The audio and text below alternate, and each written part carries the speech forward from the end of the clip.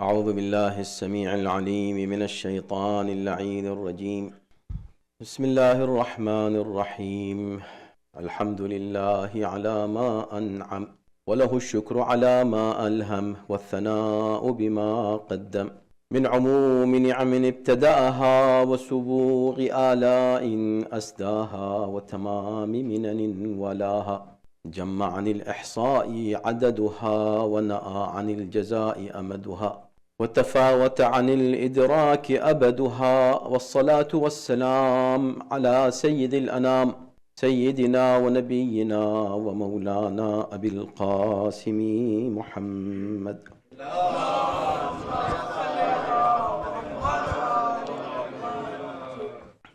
وآله الطيبين الطاهرين المعصومين المظلومين واللعنة الدائمة على أعدائهم أجمعين من الآن إلى يوم الدين.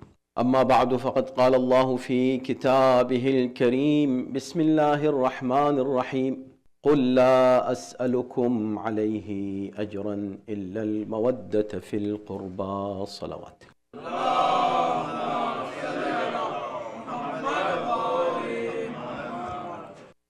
First of all, I would like to extend my condolences to all of you, the followers of al-Bayt, on this very sad occasion of Wafat of Janab-e-Ummul Banīn, salamullahi alayha, and to all mu'mineen overall, and especially to the Imam of our time, Imam Zaman, ajalallahu ta'ala farajahu sharif.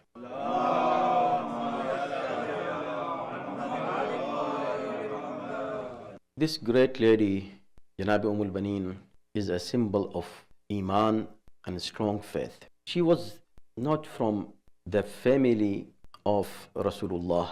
She was not apparently related to Ahlul Bayt, but through her love and loyalty to Ahlul Bayt, now you cannot even mention Ahlul Bayt without mentioning her and her son, Hazrat Abbas.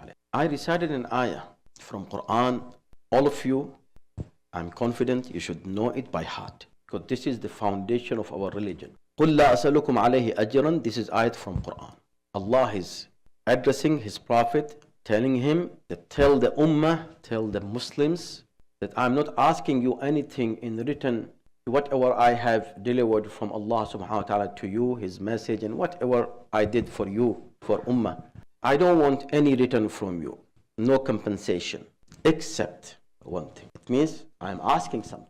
Remember, all the prophets, when they came, they said, لا أسألكم عليه أجرا إن أجري إلا على الله. Every prophet said this sentence. And also this sentence, we find it in Quran for the prophet himself as well. He's saying, the first time he said, I don't ask any compensation. See, I'm coming here, I'm reading this majlis for you. So this majlis is for Allah. I'm doing it for Allah subhanahu wa ta'ala. I don't want any compensation from you guys to give me for reciting this majlis, right? Because this is based on my sincere intention that I'm coming here to talk about something that I feel this is my responsibility. I'm not expecting any return from the audience. But if you see somebody is asking for that, it doesn't look good, right? Every prophet, when he came here, he delivered the message of Allah subhanahu wa ta'ala. He said it clearly, that I am not doing anything for any return. I don't expect any return that you will give me something as a compensation of what I have done for you. The same the prophet had said. Same thing our last prophet said. And that is there in Quran as well. But what he said, I don't ask you anything. Now tell me, then why the prophet now is asking? And he said, I don't want to ask. In one place he's saying, I'm not asking any compensation from you for my duty that I am performing from Allah subhanahu wa ta'ala. In ajriya illa ala Allah. My compensation and my return is going to come from Allah. Then why he is asking? Why he is saying, okay, now you should love my Ahlul Bayt. I'm asking you to love my Ahlul Bayt. This is my compensation. This is the return to my hard work that I have done for you. I need from you one thing. What? To love my family, my Ahlul Bayt. So why now he is asking when he said before in another place? Is this contradiction? No. Actually he said I'm not asking you, because none of the Prophet asked anything. The same, I'm not asking anything from you. In ajriya illa ala Allah. My ajr, my compensation is on Allah subhanahu wa ta'ala. Allah will give me, not you. When he said it, now Allah is saying, قُلْ لَا أَسْأَلُكُمْ. So this is not coming from the Prophet himself. It is coming from Allah subhanahu wa ta'ala. See, Allah is saying, قُلْ. Tell them, oh my Prophet, tell them that you are not asking them anything as compensation, but one thing. Tell them, I am telling them to give you this compensation, and that compensation is what? حُبَّ أَهْلِ بَيْتِ عَلَيْهِمُ الصَّلَاةُ وَالسَّلَامُ. The love of Ahlul Bayt. So the order is coming from Allah. So anybody who does not follow the hukm of Allah, this rule of Allah subhanahu wa ta'ala, he is disobeying Allah first. Then he is disobeying Rasul. And then he is disrespecting Ahlul Bayt. But the first disrespect is to Allah subhanahu wa ta'ala, if you don't love Ahlul Bayt. And one more very interesting point here is this. Who is the greatest prophet? Tell me. The last prophet. To us, the last prophet is the greatest prophet. When other prophets are not asking anything, and neither Allah told them to ask their nations anything, why should last prophet ask the love of Ahlul Bayt? Why? When every prophet is saying, my ajr is on Allah, my compensation is to Allah, Allah will give me, Allah will give me, not the people, Allah, not people, Allah. Then why last prophet should ask something from people? He is asking what? Love of Ahlul Bayt. Other prophets are not asking. Last prophet is asking, although he is asking through the order of Allah subhanahu wa ta'ala, but still why? If he also had remained in the same position and kept saying that I'm not asking anything, nothing at all, with no exception, I'm not asking anything, it would be apparently better. Why? Because other prophets have done the same thing.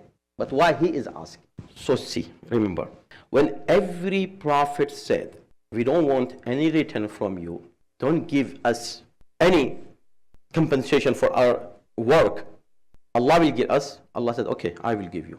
Adam, I will give you. Nuh, I will give you. So all the compensations are gathering where? Now accumulating in one place, in the treasure of Allah subhanahu wa ta'ala. Allah said, okay, I will give you, I will give you. Ibrahim, I will give you. Nuh, I will give you. Musa, I will give you. Don't worry, I will give you. Not the people, I will give you. Last prophet, the same. Oh Muhammad, I will give you. Then Allah says, Qul. Now ask them this. Actually, the mawaddat of Ahlul Bayt, love of Ahlul Bayt, Allah is asking from Muslims to love Ahlul Bayt. This is the compensation of all Anbiya, not just the compensation of Rasul. So if you don't love Ahlul Bayt, it means you disregarding all the prophets, not only one prophet. Because this compensation is for all the prophets. It means if you love Ahlul Bayt, it means you appreciating Adam. By loving Imam Husayn alayhi salam, you appreciating the hard work of Nuh, of Ibrahim, of Musa and Isa, all Anbiya, whatever they have done. You appreciating them by saying Ya Ali, by saying Ya Husayn, by sitting here, by showing your love to Ahlul Bayt alayhimu salatu wassalam. This is one point. The second point here is love of Ahlul Bayt. Why love of Ahlul Bayt? As compensation to the work of Anbiya, they call for Tawheed, they call for good akhlaq, they call for Islam, they call for religion, they call for everything good. They taught us every good thing, right? But why the compensation of that work should be the love of Ahlul Bayt? Why should it becomes wajib? قُلْ لَا أَسْأَلُكُمْ عَلَيْهِ أَجْرًا. Now love of Ahlul Bayt is wajib. I don't have now time to explain much more, but very quickly, this wajib is not just like salat is wajib, or Saum is wajib, or Hajj is wajib. This wajib is different from these wajib. Love of Ahlul Bayt is not wajib in the fiqhi sense, in the sense of Islamic laws, that Allah made something wajib. It is the base of all wajibat. base of all wajibat. Why? Because, for example, azadari, you do azadari. You, mashallah, I can see a lot of youth are sitting here.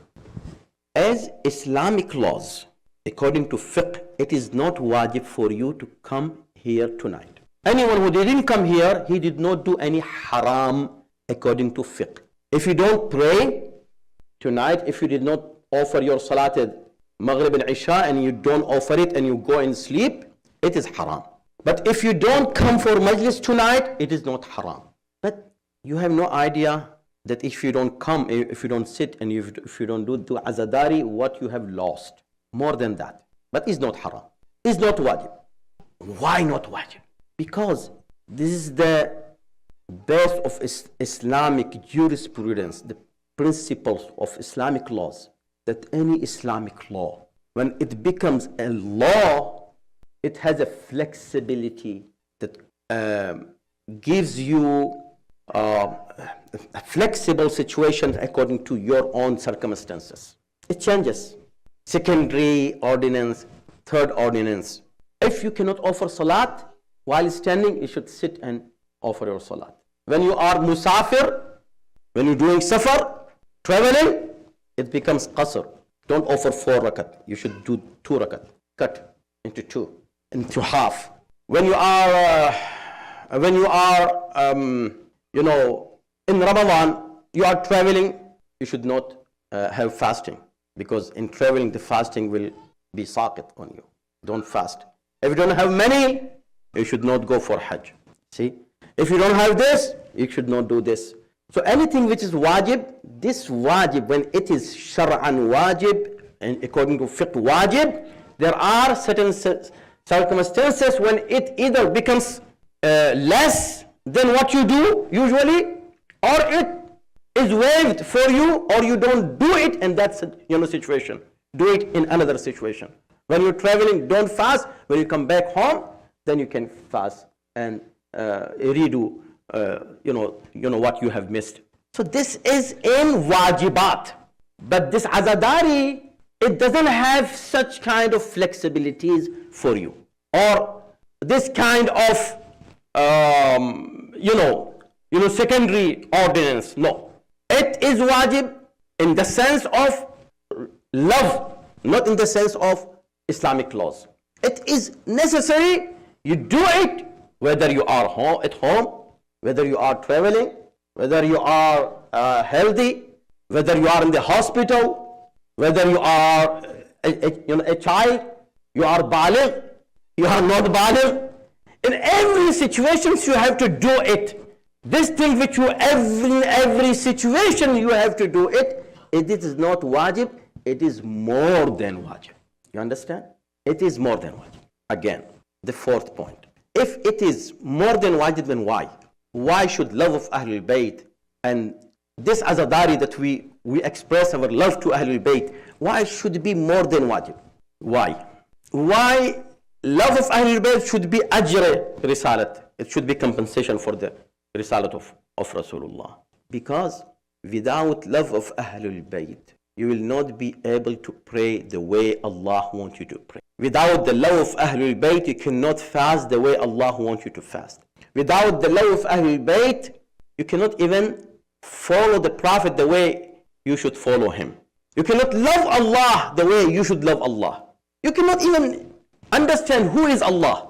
You cannot have recognition of Allah subhanahu wa ta'ala, ma'rifat of Allah, without Ahlul Bayt alayhi salatu wasalam. So love of Ahlul Bayt is this much important.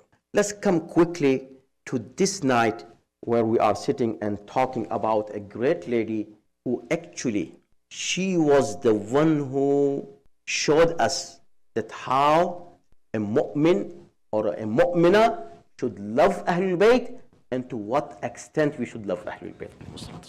Janab-e-Ummul Banīn salamullah alayha, if we learn today in this majlis only one lesson from her, and it is ma'rifat of Imam. What? Ma'rifat of Imam. What is ma'rifat of Imam? Ma'rifat means recognition, true understanding of the status of an Imam. Who is an Imam? And to what extent we should love Ahlul Bayt and Imam? To what level we should obey an Imam? to what level we should respect Ahlul Bayt. If you want to know the best example for this is Janab-e-Ummul Banīn Salamullah alayha. And Janab-e-Ummul Banīn is not example for ladies only. She is example for us, the men. Allah subhanahu wa ta'ala is giving the example of Maryam Salamullah alayha, an example of the wife of Fir'aun, Asiya alayha salam. Allah is giving the example of them and saying, ضَرَبَ اللَّهُ لِلَّذِينَ آمَنُوا. لِلَّذِينَ آمَنُوا, those who are believers. Allah is giving example of these two ladies, great ladies. They should learn from their iman, how strong iman they had. So the men also should learn from them, and women also should learn from them. The same thing, Janab-e-Ummul Banīn Salamullah alayha. The men and women should learn from her iman and her strong faith in imamat. It is not easy. We just hear it and we maybe take it easy. Oh yeah, it's fine. Yeah, it happened. But just imagine a lady who became the wife of a personality who is the greatest personality in Islam after Rasulullah. Means no lady in the whole world has such a status of having, being the wife of greatest personality in Islam of the time, Imam Ali alayhi salam. How much she should be proud of herself. I am the wife of Imam Ali alayhi salam. But she see her humbleness when she comes to the house of Imam Ali alayhi salam. She want to teach us, the ummah, Muslims, that when Quran says, قُلْ لَا أَسْأَلُكُمْ عَلَيْهِ أَجْرًا إِلَّا الْمَوَدَّةَ فِي الْقُرْبَى, how to do mawaddat, how to love Ahlul Bayt, how to respect Ahlul Bayt. Other people have no relationship with Ahlul Bayt like the way she had. She was very close to Ahlul Bayt. But she is coming there with her humbleness and saying, I am entering this house not as an owner of this house or a partner of the owner of this house, rather I'm coming as a servant of the children of Fatimah al-Zahra salamullah alayha.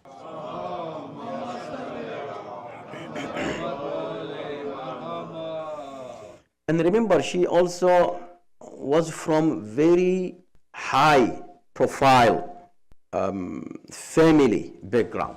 Her family was a very noble family in Arabian Peninsula. Everybody knew her father, her grandfather, and her family lineage. She was from very, very great and noble family.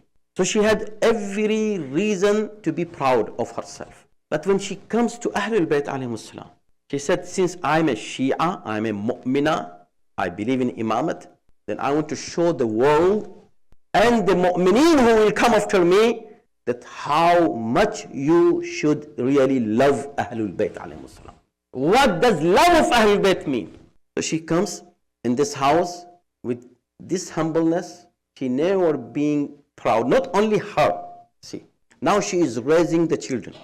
Raising her children, how she taught her children that, oh Abbas, you are son of Imam Ali. Yes, you are right.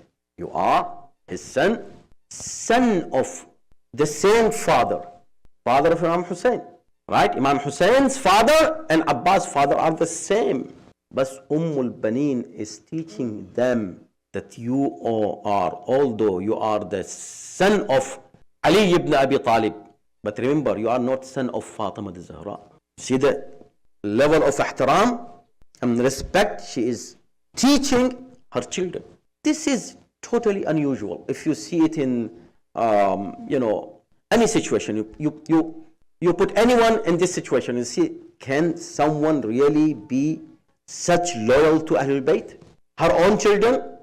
But actually, although credit goes to her, but we would say that this was selection of Allah subhanahu wa ta'ala for Imam Ali alayhi salam.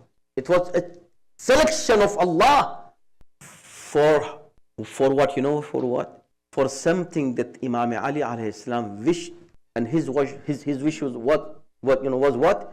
To have a son like Abbas. So Allah subhanahu wa ta'ala selected her to become the mother of a great personality like Abul Fadl Abbas alayhi salam.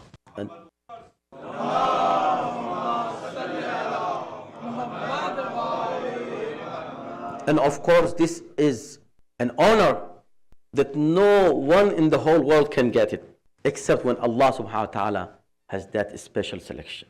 She was selected as, and Imam Ali alayhi salam, the way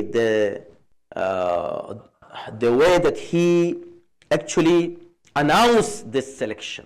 Otherwise, he could go and just get married with her without any announcement. But he announced, and that announcement was a very special kind of announcement. He asked his brother Aqil, who knew he was very knowledgeable of the genealogy of Arab tribes at the time. Ilmul Ansab, genealogy. He knew that who is from which clan, which tribe, which lineage. So he asked him to select for him a lady, so that he can have a son from this lady who can help Imam Husayn in Karbala for him, on his behalf. To be a brave son from her, a noble son from her. So select for me a lady so that I have a son like Abbas from him, from her. Brothers and sisters, see, the youth are sitting here. We should understand that Ahlul Bayt alayhi salatu salam are the best role model for us. And Ahlul Bayt, although many things are very special for them, we cannot copy them on those special things, but still they are role model for us. Imam Ali alayhi salam, by this announcement, is giving us this very important, very important message, that when you want to get married and you want to select a spouse for yourself, select a spouse, but your goal should be what? Children. You should know, should have the goal that what kind of mother she is going to be for your children. Don't look for your wife only. Don't see that when the young people, they want to select a spouse for themselves, they have a long list of questions they ask each other, long interviews. But the first thing they should see, that this spouse, whoever he is or she is, how he is going to be, what kind of father he is going to be for my children, what kind of mother she is going to be for my children. The goal should be good children. This should be the goal. Imam Ali said, I want a child, and for that child I want a mother. Select for me a mother for my child, a child like Abbas. Now you, mashallah, your iman is strong iman, you understand and you know the fact that Ahlul Bayt alayhi salam, especially the Ma'asumeen, they don't need any support from anyone for anything. So Imam Ali alayhi salam, first of all, he did not need Aqil to come and tell him which lady can be the best lady for him, to be a good mother for his child. Why he is asking Aqil? He knew millions times more than Aqil. No comparison. We cannot say million, trillion or billion. He knew more than Aqil for sure. So why he is asking Aqil for that? Asking Aqil for that to give message to everyone who is listening, to see, I am preparing for Karbala. Aqil, listen, I am preparing for Karbala. Maybe at the same time Aqil thought, okay, if my brother is preparing for Karbala and asking a son to help Husayn, let me ask Allah subhanahu wa ta'ala for me, myself also, a son who help Husayn. And this happened. Allah gave him a son like Muslim ibn Aqil. So this can be a reason. This can be one reason why Ali asked Aqil, so that Aqil also can prepare himself and he raise a child like a Muslim, so he can help Husayn ibn Ali in Karbala. And many more, reasons we can think, we can get lessons from all those. In brief, when I want to just conclude my speech, Janab-e-Ummul Banīn, salamullah alayha, is the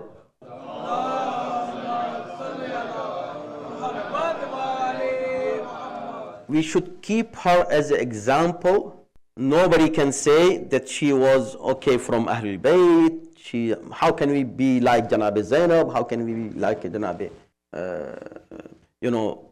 Fatima Salamullah alayha, Janab-e Khadija, those. But she is not ma'suma in that sense, right? She is example for us in full sense. How she loved Ahlul Bayt, to what extent she showed her love and obedience and loyalty to Imam Husayn alayhi. Full obedience, full loyalty. This is what we learn from her. This is the love we need. Not, okay, fine, I love Imam Husayn, but I want to do what I want to do. I don't care what Imam Husayn want me to do. No. She was looking to Imam Ali alayhi salam, whatever he wanted, she was doing whatever he liked her to do. Not only this, she was looking to Imam Hassan and Imam Husayn alayhi salam. She knew at that time, although they were still children or young, she knew that they are not just regular children, they are imams.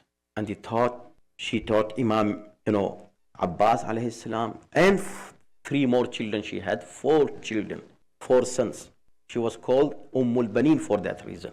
Baneen means sons, the mother of sons. But see, when she entered the house, as I said, first thing she asked Imam Ali alayhi salam, what was? One thing. Says, Ya Amirul Mu'mineen, I request you, don't call me Fatima. You know that her name was Fatima. Fatima bint Hizam, her name was Fatima. Everybody loves his or her name. How much you love your name. You like anybody to call you with your name.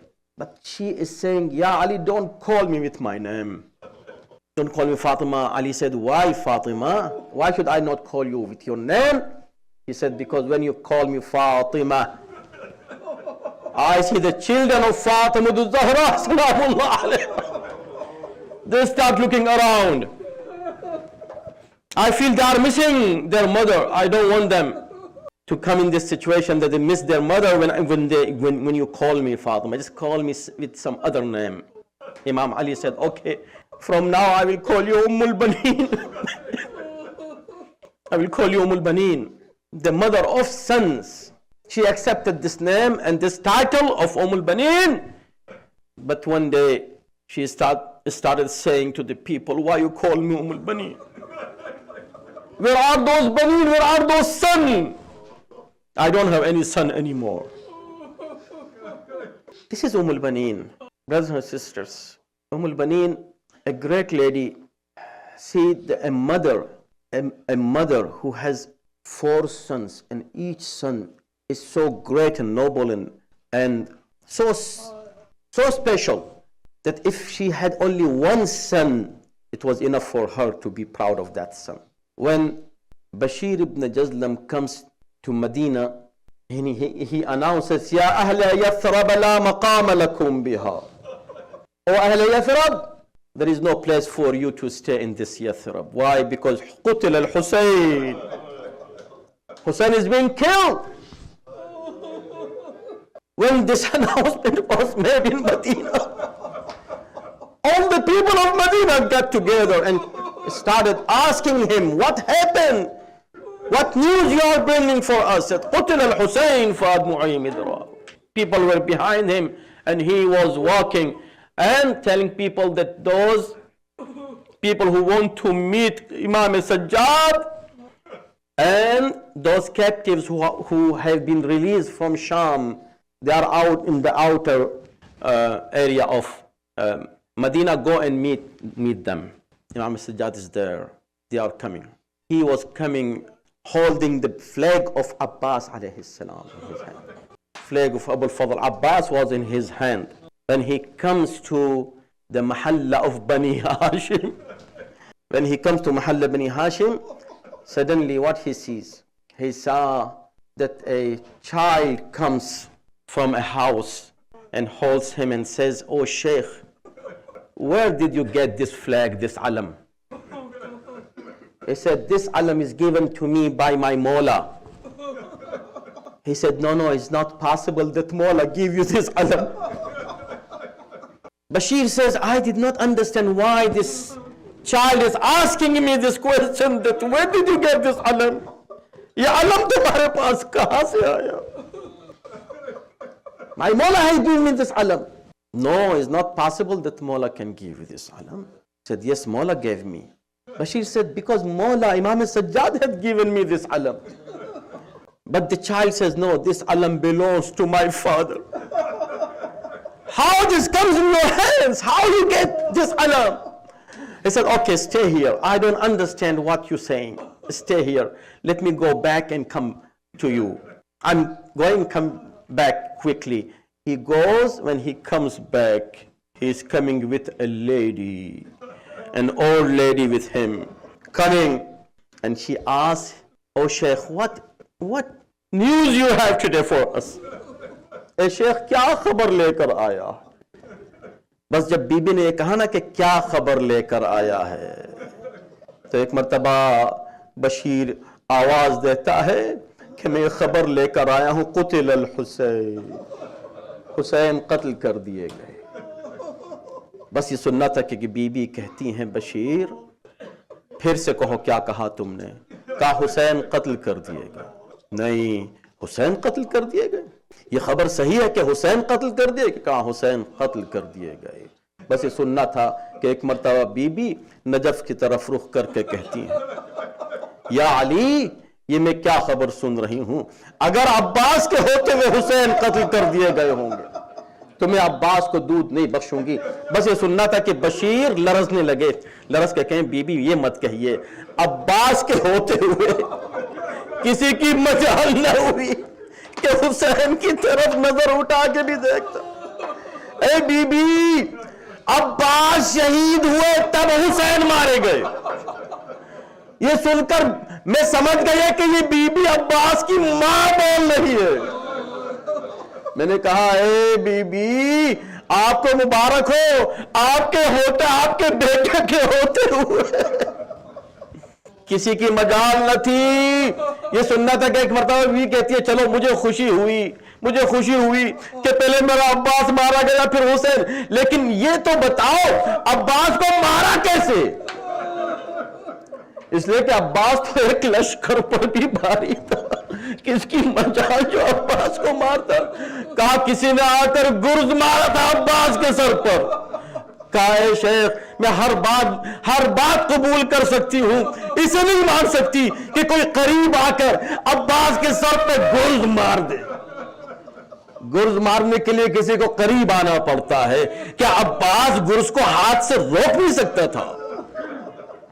بس جیسے یہ کہا تو رو کر بشیر کہتے ہیں، be be, آپ کے عباس کے پہلے بازو کاٹے گئے، پہلے بازو کاٹ، جب بازو کٹ گئے تب گرز مارا، جب گرز مارا تب زمین پر گرے تو آواز دی، ہاں اب سمجھ میں آیا میرا عباس کیسے مارا گیا ہوگا، مگر ہائے میرا عباس جب زمین پر گرا ہوگا بازو نہیں تھے تو منہ کے بل آیا ہوگا۔ اب آ کر جب کوئی پرسہ دیتا بی بی کو، بی بی عباس کا پرسہ لے لے، عبداللہ کا پرسہ لے لے، عمران کا پرسہ لے لے، اے بکر تب آواز دیتی، نہیں مجھے کسی کا پرسہ نہ دو، میں صرف حسین کا پرسہ لوں گی۔ بیٹھ جاتی تھی، ارے ہاں آج ہمیں جنت البقیع کا بھی تو ذکر کرنا ہے، اس بی بی کی قبر کو جا کر دیکھیں، کتنے عزادار اس یہاں بیٹھے ہیں، کربلا جاتے ہیں نا آپ، عباس کی قبر کو دیکھیں، کیا رونق ہے ابو الفضل عباس کی قبر پر۔ بس کبھی جا کے سلام کر کے یہ بھی کہہ دیں، یا ابو الفضل عباس ہماری اتنی مدد کر دے کہ ہم اپنی ہی زندگی میں آپ کی ماں کی قبر بھی دیکھ سکیں۔ جنت البقیع میں ویران قبر پڑی ہوئی ہے اس بی بی کی، مگر ہاں عزادارو، یہ وہی بی بی ہے ایک کہ جس بی بی کی قبر جنت البقیع میں یقینی ہے، حالانکہ بی بی کے لیے موقع تھا، آ جاتی عراق اپنے چاروں بیٹوں کے پاس، آ کر وہیں پر دفن ہو جاتی، مگر میرا دل کہتا ہے شاید آواز دیو، نہیں نہیں، ارے میری بی بی جہاں دفن ہے مدینے میں اس مدینے کو چھوڑ کر نہیں جاؤں گی۔ ارے جب کبھی بیٹھ جاتی آواز دیتی، ہاں میرا حسین مارا گیا، اے لوگوں مجھے آ کر میرے حسین کا پرسو۔ وَسَيَعْلَمُ الَّذِينَ ظَلَمُوا أَيَّ مُنْقَلِبٍ يَنْقَلِبُونَ۔ پروردگار سامنے سالے کو قبول فرما، سے بہتر اندازے کا اہل بیت سننے سنانے کی توفیق کرامت فرما، اور آفت و بلا سے محفوظ رکھ۔ خداوندہ تجھے اہل بیت طاہرین کا واسطہ جسے تو نے باب الحوائج بنایا ہے، ان کی ماں کے حوالے سے تجھ سے دعا کرتے ہیں کہ جو مؤمنین یہاں کسی طرح کی بھی حاجت لیے بیٹھے ہیں، جناب ام بنین کے وسیلے سے حاجتیں قبول ہوتی ہیں، انہیں پورا فرما۔ خداوندہ امام زمانے کے ظہور میں تعجیل فرما۔